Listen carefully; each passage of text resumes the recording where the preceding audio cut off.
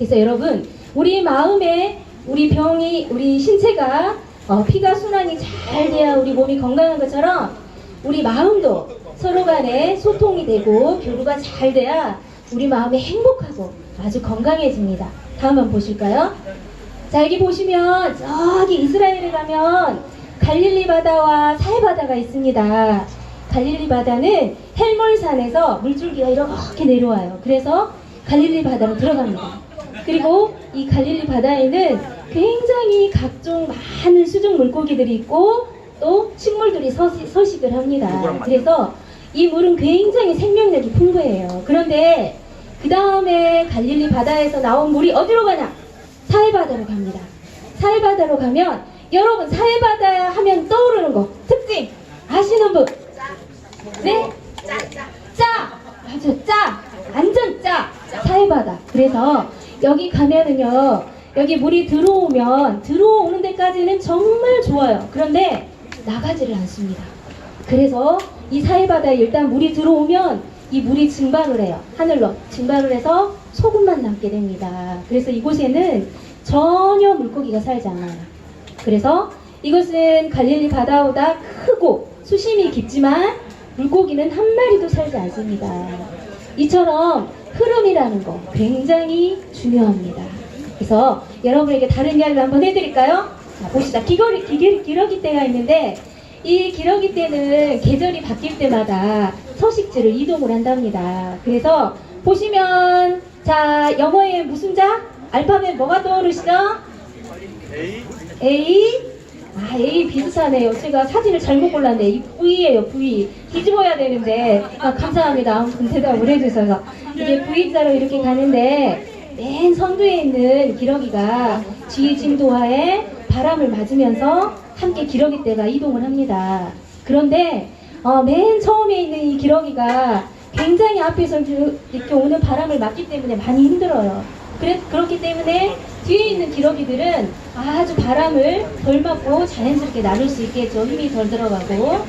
그런데 그러다가 선두에 갔던 기러기가 힘이 들어요. 그러면 소리를 칩니다. 그러면은 두 번째 기러기가 확 나와요. 그리고 첫 번째 기러기는 맨 뒤로 갑니다. 그래서 또 공중을 가르면서 이동을 합니다. 그러다가 두 번째 기러기가 이번에 힘들면 또 소리를 냅니다. 그리고 이번에는 세 번째 기러기가 나옵니다. 이런 식으로 해서 이 기러기 떼가 다른 서식지로 이동을 합니다. 그래서 서로 이렇게 기러기 떼도 동물들도 소통을 하면서 질서를 어기지 않고 행복하고 또 자기들이 가고자 하는 그 서식지에 막 이렇게 도착을 할 수 있는 겁니다. 하물며 동물도 이런데 사람도 마찬가지겠죠? 제가 한 번 더 소개를 해드릴게요. 이 학생의 엄마는 시각장애인이었습니다. 20살 때 엄마가 시각을 잃었어요. 그 전에는 정상이었거든요. 그랬는데 20살 때 갑자기 시력을 잃으면서 이제 굉장히 수심에 슬픔에 많이 빠졌겠죠. 그런 와중에 한 남자를 만나게 됐어요. 그래서 그 남자의 위로 속에 얼마나 사랑을 주니까 얼마나 행복했겠어요. 그래서 두 분이 결혼을 해서 아이를 낳았습니다. 그 아이가 지금 이 여자아이입니다. 그런데 이 여자아이를 낳고 얼마 안 돼서 남편과 이혼을 하게 됐어요. 그래서 이 엄마는 이 아이를 키울 수가 없었어요. 시각장애인이었기 때문에. 또 일을 해야 되기 때문에 생계를 이어가야만 했거든요. 그래서 이 아이를, 딸아이를 친척집에 맡겼습니다. 친척집에 맡기면서 이 아이가 어렸을 때부터 엄마를 향해서 불평불만이 엄청 많은 거예요. 우리 엄마는 왜 봉사야? 왜 우리 엄마는 눈이 보이지 않아? 나는 왜 친척집에서 살아야 되는데? 차라리 나 낳자마자 죽여버리지 그랬어. 죽게 내버려두지 그랬어. 그러면서 엄마한테 불평스러운 소리를 했어요. 그럴 때 엄마의 마음은 어떻게 했어요? 가슴이 찢어지겠죠? 저도 자식을 키워보니까 그렇더라고요. 저도 결혼하기 전에는 잘 몰랐는데 아이들을 키우다 보니까 어려움이 참 많더라고요. 예상치 못한 어려움을 만나면서 그 엄마들이 겪었던 마음의 아픔들, 상처들, 이게 참 제가 새겨지던데, 그러면서 이 아이가 그런 마음으로 살았어요. 그래서 엄마에게 난 내 인생이 불행하다. 그래서 나는 내가 하고 싶은 대로 살 거야. 그래서 중학교, 고등학교 때 굉장히 방황을 했습니다. 담배도 피우고 술도 마시고 그러면서 방황을 하면서 살았는데 어느 날 이 아이가 대학교를 갔어요. 대학교를 가서 자기가 이제 대학 생활에 이벤트가 필요하다 해서 해외에 봉사 프로그램을 참여를 했습니다. 그래서 그곳에 갔는데 그곳에 가서도 한참 방황을 하면서 살았어요. 나 내 마음대로 살 거야. 나 건드리지 마. 나 인생이 불행해. 이런 마음으로 살았는데 그러니까 옆에 있는 사람들이 어떻겠어요? 편했겠습니까? 불행했겠습니까? 예, 옆에 있는 사람도 굉장히 불편하고 상처를 많이 입었겠죠. 그래서 어느 날 그곳에 있는 같이 계시는 멘토분이 이분에게 너 왜 그렇게 사는데? 라고 이야기를 하니까 이 친구가 저 그냥 내 맘대로 살고 싶어요. 저 내버려둬요. 저 사는 게 귀찮거든요. 지금까지도 그랬고요. 그러면서 이야기가 시작이 돼서 자기가 살아온 이야기를 쭉 했어요. 우리 엄마는 시각장애인이고 나는 내 인생이 이렇게 된 게 너무 불행하다고 생각하고 내 인생을 원망하면서 살았습니다. 그날 지금까지 함부로 살았어요. 그래도 앞으로도 난 이렇게 살 거예요. 더 이상 날 건들지 마세요. 이렇게 이야기를 했어요. 그랬더니 그 멘토분이 듣고 있다가 그랬어요. 이 학생 이름이 현정인데 현정아 너 정말 고생 많이 했다. 어렸을 때부터 친척집에 자랄 때 얼마나 힘들었니? 엄마 품에서 못 자랄 때.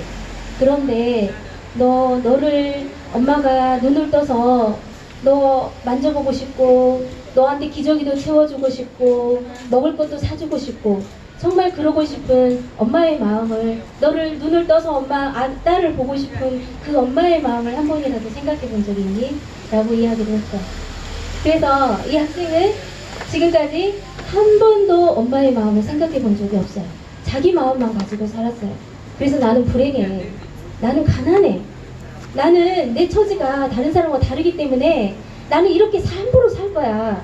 라고 자기 인생을 내동댕이 쳤었는데 처음으로 진짜 20년 넘게 살면서 처음으로 엄마의 마음을 들여다본 거예요. 그래서 엄마가 많이 아팠겠구나. 엄마가 얼마나 나를 많이 이렇게 보고 싶었을까, 내 얼굴을. 엄마가 얼마나 내게 먹고 싶은 것도 이렇게 사서 같이 먹고 싶고 먹여주고 싶었을까.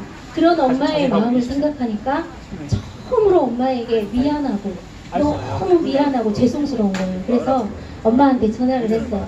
엄마가 깜짝 놀라서 딸이 전화를 하니까 다정하게 전화를 하니까 늘 냉랭했는데 엄마 나 이렇게 키워줘서 너무 고마워.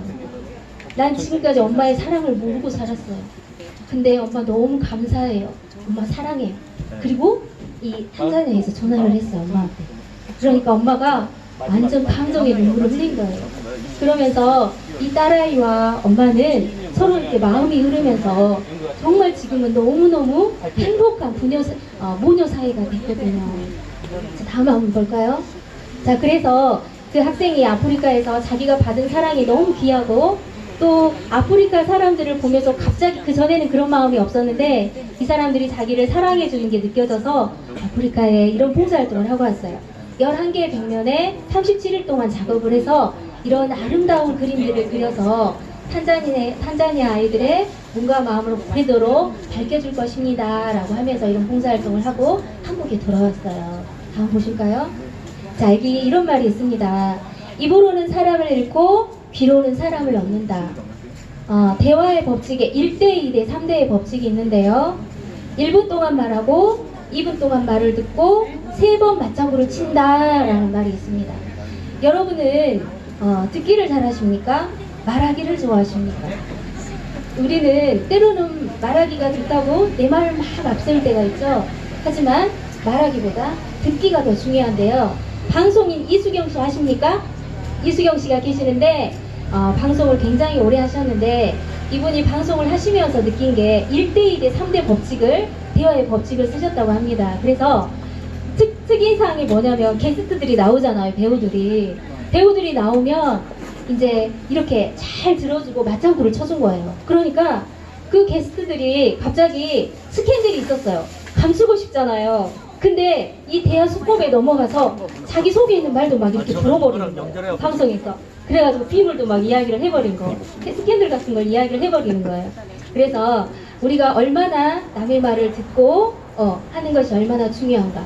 때로는 우리가 친구들 사이나 부모 자식 간에나 이런 사이들을 보면은 제가 내 말만 할 때가 있어요. 그리고 내가 저 사람을 향해서 가지고 있는 편견들이 있어요. 고정관념들이.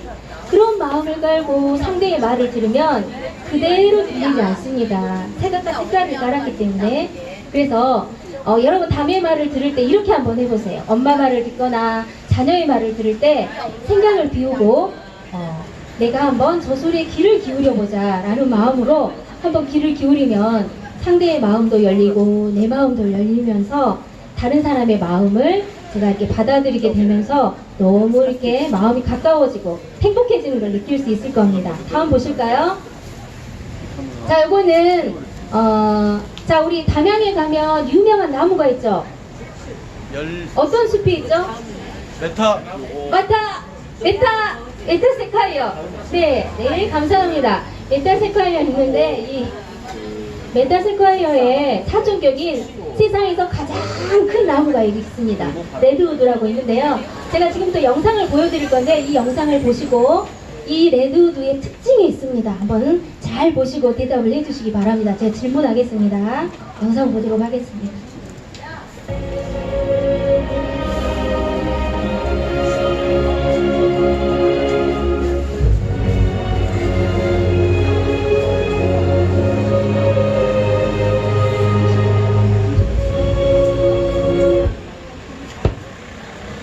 시간이 다 됐나봐요. 이 나무가 서로 뿌리가 이 높이는 35층 높이인데 뿌리가 3m밖에 안 돼요. 그런데 굉장히 다른 나무하고 이렇게 군락을 이뤄서 연결이 튼튼해서 많은 비바람이 와도 견딘답니다. 그래서 우리가 서로의 마음과 마음이 이렇게 소통이 될 때, 연결이 될 때 우리가 행복해지고 또 밝은 미래를 또 행복한 가정을 이룰 수 있다는 걸 여러분에게 메시지를 남기면서 제 강의를 여기서 마치겠습니다. 감사합니다.